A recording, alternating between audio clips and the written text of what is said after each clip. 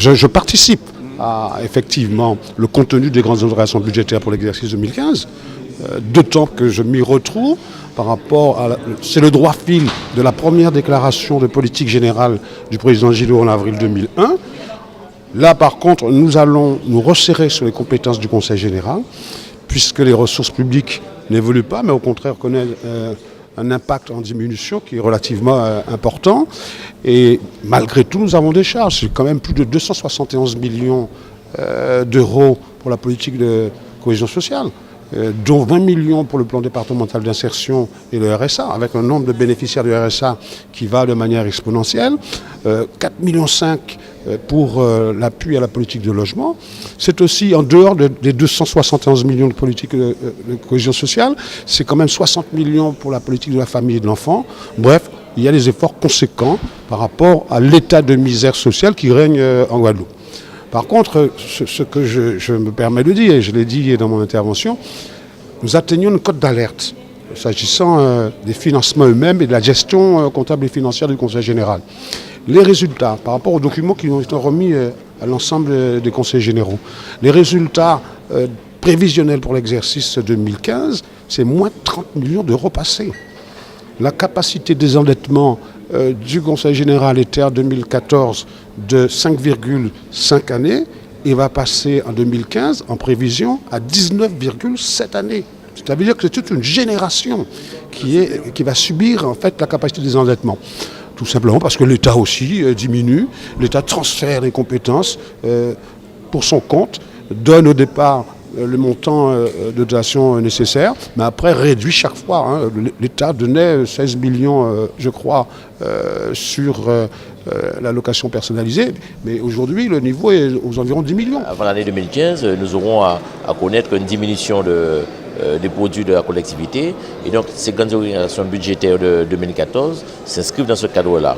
Alors, le président l'a rappelé, bien sûr, le plan de solidarité envers les personnes les plus éloignées de l'emploi, la refonte du PDI, et les personnes âgées constituent l'axe central du projet que nous aurons d'ailleurs à voter au mois de décembre. Avec près de 700 millions d'euros cette année, il faudra faire des choix stratégiques majeurs, puisque plus de 600 millions sont dévolus à ces actes de solidarité en direction des personnes âgées, de l'enfance et de la famille et de la protection bien sûr aussi de notre patrimoine.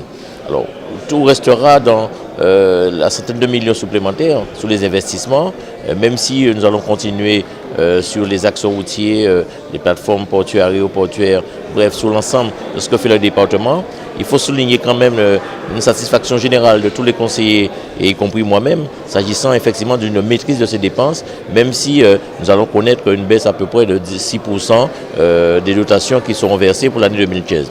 Le président Gillot donc a eu l'unanimité générale, ce pour lequel il se félicite. Et nous sommes là aussi pour dire en tant que conseillers généraux que davantage de besoins se font ressentir, mais c'est en planifiant nos actions à l'endroit de ces personnes défavorisées, mais aussi en fonction aussi du monde scolaire, et je parle spécialement des collèges, en fonction aussi des sportifs que nous accompagnons, que ce programme-là tiendra la route. Je fais confiance, moi, effectivement, à ces grandes orientations qui seront reprises dans le cadre de notre cadre budgétaire. Le Conseil général, c'est l'Assemblée qui entend les conseillers généraux de toute la Guadeloupe. Et je me plais à dire ici au Conseil général, la Guadeloupe est représentée dans son ensemble. Nous verrons cela lors des votes à venir sur la nouvelle répartition des conseillers généraux. Capester-Bello en particulier sera une commune canton. Avec l'aide de Béatrice Atilip, nous verrons quelles seront les réponses apportées. Mais le président Gillot a toujours été à l'écoute de tous les conseillers, y compris donc du conseil général de Cap-Esther que je suis, du premier canton, du deuxième canton, et les investissements, l'aide apportée aux communes et aussi les réalisations que je ne vais pas citer ce soir ici, attestent de cette compréhension et du dynamisme, bien sûr de mon action, mais aussi de l'écoute du président Gillot à l'endroit des Cap-Estériens. Il me rejoint lorsque nous disions effectivement que c'est vrai, que notre vaste projet de construction de stations d'épuration pour l'ensemble des communes membres du SIAG, je rappelle qu'aujourd'hui, toutes ces stations sont construites, elles sont là pour pouvoir rattraper le plan d'assainissement, mais qu'il nous fallait aussi des recettes. Donc aujourd'hui, le président Bernier rejoint ce que le président Hernandez et moi-même disons, il faut que dans les créances, bien que nos recettes rentrent à l'endroit du SIAG. Le SIAG, c'est cette maison que nous avons bâtie ensemble, qui n'avait jamais eu de difficultés et qui a trouvé les éléments financiers en matière de prêt de la CDC, en matière d'investissement à venir avec, pour la cité Saint-Samar. Aujourd'hui, il faut que les créanciers du SIAG comprennent que le SIAG a besoin, même si aujourd'hui je participe plus, à l'évolution de ce qui se passe à la CSBT, puisque comme vous le savez, KPCR Bello aujourd'hui trouve la gestion de son eau à travers la CSBT. Donc le président Beignet ne fait que rejoindre ce que nous disions depuis tantôt, président Hernandez et moi-même. Urgence, à mon avis, je dirais il faut qu'on y arrive à cela. Un exemple simple.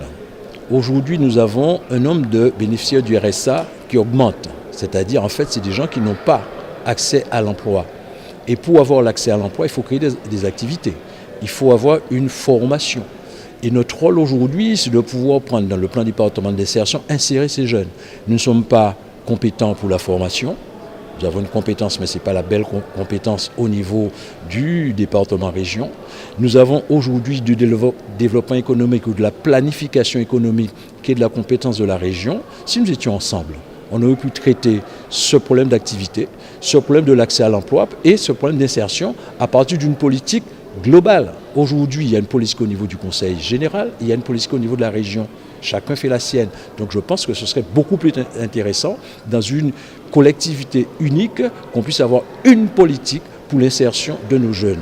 Aujourd'hui, il y a deux politiques et c'est dommage. Il faut nous recentrer sur le cœur de nos métiers, de nos compétences et bien sûr répondre à la problématique de la population de la Guadeloupe. Il faut donner des réponses très claires aux personnes âgées, aux personnes handicapées, à l'enfance, mais aussi il faut répondre aussi au développement, à l'aménagement de notre territoire avec quand même un budget d'investissement conséquent de 71 millions d'euros. Donc malgré les